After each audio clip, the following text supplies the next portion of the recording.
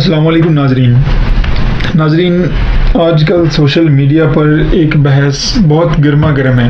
میرا جسم میری مرضی، کہ جس میں جناب خلیل الرحمان صاحب اور محترمہ ماروی سرمد کے درمیان ہونے والی انتہائی نامناسب زبان کو استعمال کرتے ہوئے ہونے والی بحث اور بازاری زبان کا استعمال تھا۔ یہاں میں کسی فرد واحد کی بات نہیں کر رہا بلکہ دونوں معززین کی بات کر رہا ہوں۔ وہ محترمہ بار بار فرما رہی تھیں میرا جسم میری مرضی، میرا جسم میری مرضی، جبکہ خلیل صاحب ان کے جسم پر تھوکتے رہے۔ قصہ مختصر یہ لگ رہا تھا کہ ان دونوں فریقین کے مابین لڑائی اپنے جسموں کو لے کر ہو رہی ہے۔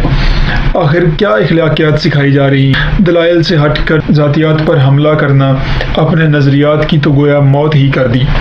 میڈیا کا مقصد آپ کو موقع دینا ہے کہ آپ کے نظریات کیا ہیں آپ عوام تک پہنچا سکیں، لیکن صورتحال تو اس کے بالکل برعکس نظر آئی۔ ماروی سرمد کا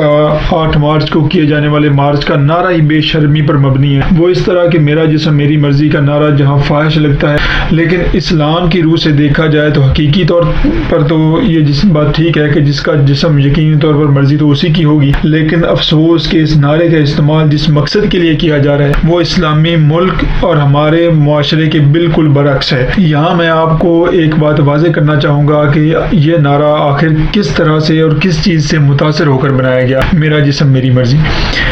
یہ جملہ ایک مغربی نعرے مائی باڈی مائی چوائس کا ترجمہ ہے۔ مائی باڈی مائی چوائس کی تحریک ماضی قریب میں اسقاط حمل کا حق حاصل کرنے کے لیے شروع کی گئی تھی، جس کا لب لباب یہ ہے کہ نوجوانی میں جنسی غلطیاں کر کے مرد کو تو کوئی فرق نہیں پڑتا، مگر خواتین کو حمل اور بچے کی صورت میں اپنی غلطی عمر بھر بھگتنی پڑتی ہے، لہذا یہ انصاف کے خلاف ہے۔ اس لیے خواتین کو بھی ایسی سہولت ہونی چاہیے کہ وہ اپنی غلطی کے اثرات سے جان چھڑا سکے، لیکن ہمارا مذہب اور معاشرہ اس قسم کی بے حیائی کی ہرگز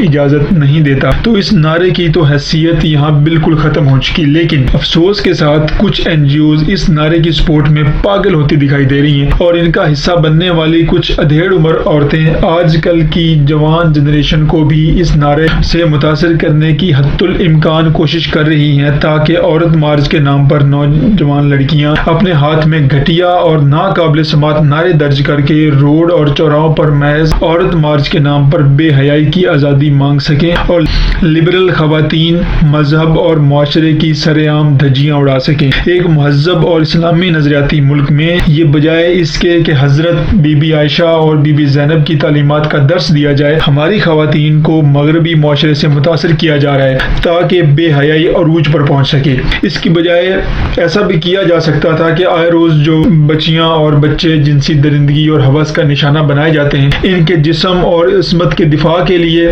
یہ جلوس نکالا جاتا، اور ایسے کئی دیگر اس طرح کے کیسز جو کہ آئے روز ہوتے ہیں، جیسا کہ مزدوری مانگنے پر طاقتور لوگوں نے خواتین اور مزدوروں پر کتے چھوڑ دیے، یا ایسی بہت سی زیادتیاں معاشرے میں ہو رہی ہیں۔ ہماری حکومت وقت کو یہ چاہیے کہ ان نعروں کی اور ان مطالبات کی روک تھام کے لیے فوری اقدامات کرے۔